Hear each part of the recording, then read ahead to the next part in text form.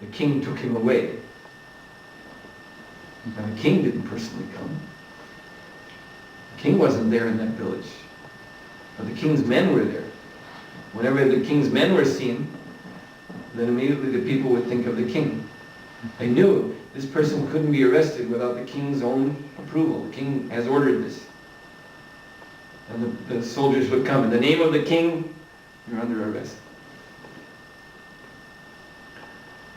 So these cultures, what I'm trying to say is, again, we don't have to strain our brains to try to think that Odin is Indra and Jupiter is Indra and whatever, and Poseidon is Varuna, etc., etc., etc. You don't have to speculate in that way. Just understand that there's a cosmic hierarchy, and there are local representatives of the government, which is seated in Svargaloka. There are local agents, local representatives. Just like there are many Jala Devatas, there are many Devatas in the water. This is known now, in Hinduism, they speak of Jala Devatas. It doesn't have to be, the Jala Devata is not Varuna himself. It's just a Devata, an underwater god.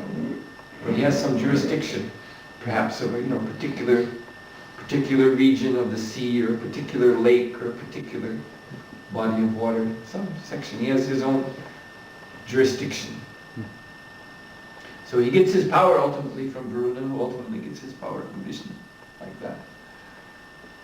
So you find in such and such culture, here they are worshipping a Jala Devata. And they depict him as Poseidon or Neptune. And you find, it's interesting, you find in all these things, you find some aspects similar. When you read about the demigod Varuna and his description in the Puranic literature, there's some similarities, but there are also some differences. It's like in a policeman, as I said, he's also got the symbol of the crown, but he's also different from King Karl or whoever it is. Not the same. Like the Chinese god of death, traditional Chinese judge. He's called the judge. He judges people's souls. So he has green skin and red hair. And I was told by Bhaktivedanta Purna Swami, I was reading a story to him, traditional Chinese story when he was visiting me in Europe, about this judge, Chinese judge. And then when I got to the part that he has green skin and red hair, he was like, "That's amazing." He said, "That's what they say about Yamaraj also." In the Vedic scriptures. He's described in that way, as being green, also with reddish hair.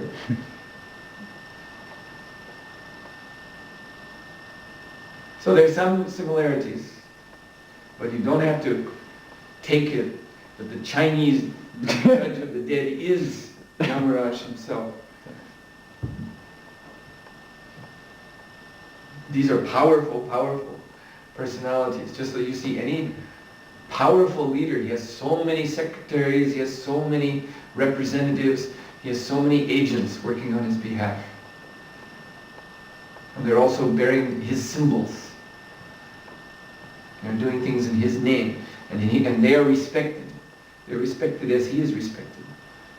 So we see this in the human society. So where does this come from? It didn't just happen. It's based on demigod society.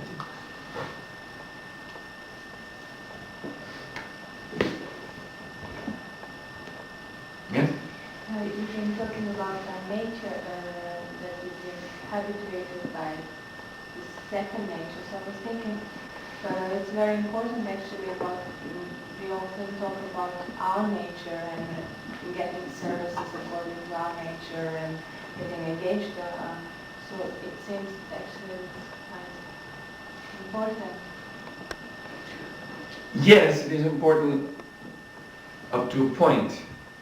But the whole point, the real point is the spiritual nature, which means to develop the qualities of a Vaiṣṇava. So engaging our habits, our second nature, nicely in Krishna's service, will help us do this, because our second nature is our bad nature. These are our bad habits. So these bad habits have to become good, therefore they have to be purified. Therefore we have to engage them in Krishna's service. This is our principle, engage everything, every propensity in Krishna's service. So it will be purified, so it will come through the mode of goodness.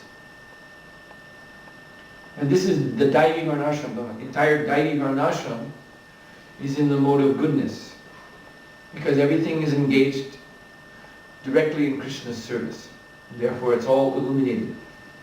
The material Varnashram system is actually separated from Krishna. So therefore you have this, Shudras down in the mode of ignorance. And only the Brahmanas are in the mode of goodness, but that's the material mode of goodness, because they're not Vaishnavas. They're ritualists, they're jnanis or whatever, but they're not actually Vaishnavas. So that's the Prakrita Varnashram. But the Daivi Varnashram means Varnashram situated on the body of the Lord.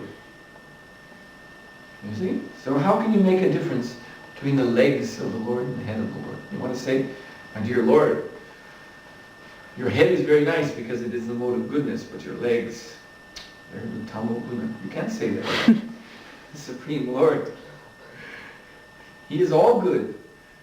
So His servants, they can occupy according to their nature, as you say, different positions. But actually, because they're completely engaged in Krishna's service, therefore their nature is all good. It's divine. So then the question is, then what is this nature? You're speaking of, a devotee, a pure devotee, but still there's some consideration of his nature as a Brahmana or as a Shudra. But now we understand that this difference is not in terms of the material modes of nature. So what is the difference? And the difference is in terms of jnana, kriya and dravya. This is explained in the Bhagavatam, that everyone is given by the modes, by the guna. Take guna to mean quality, not dosha, not fault. We're all endowed by qualities. The fault comes later. Fault is the false ego. That's the fault.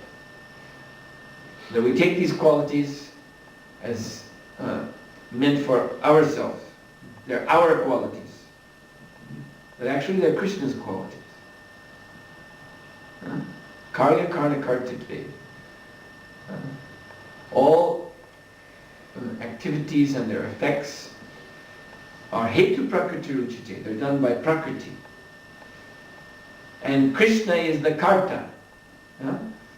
Karya karna kartitve. Krishna is actually the karta. He is actually the doer.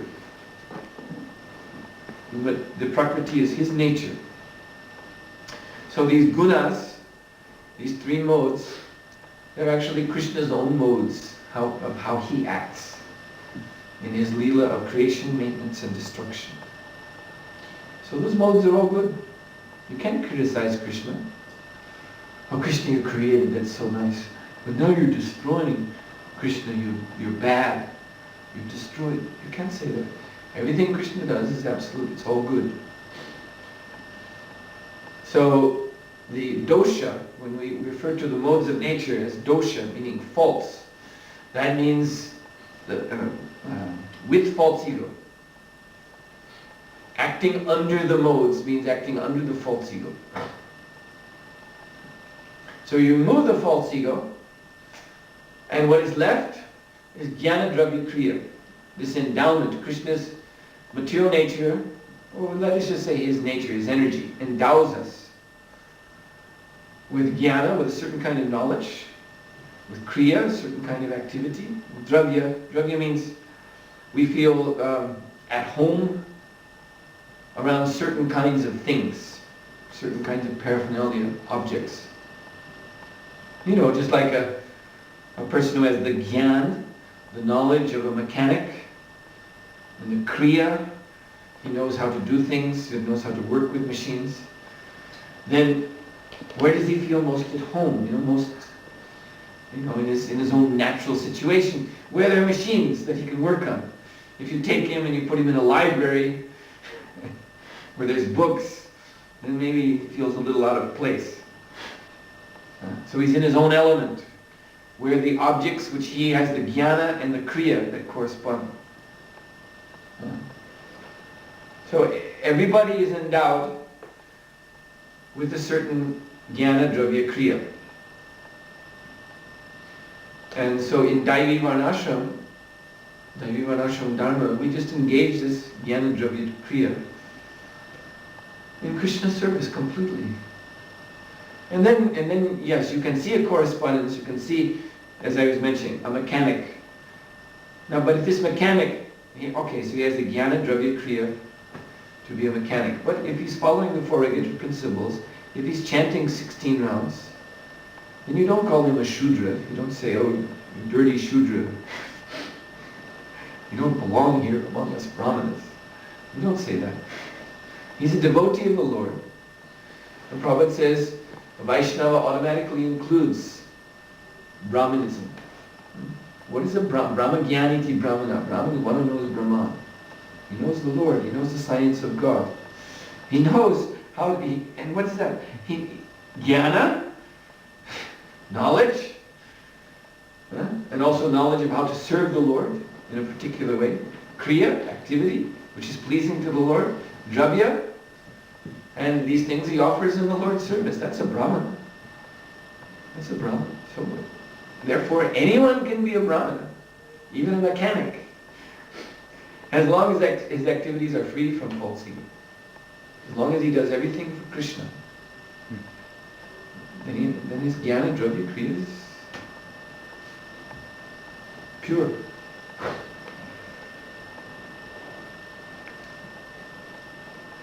So yes, and so my point is, by working in that way, then our first nature, our spiritual nature it shines forth, it becomes prominent.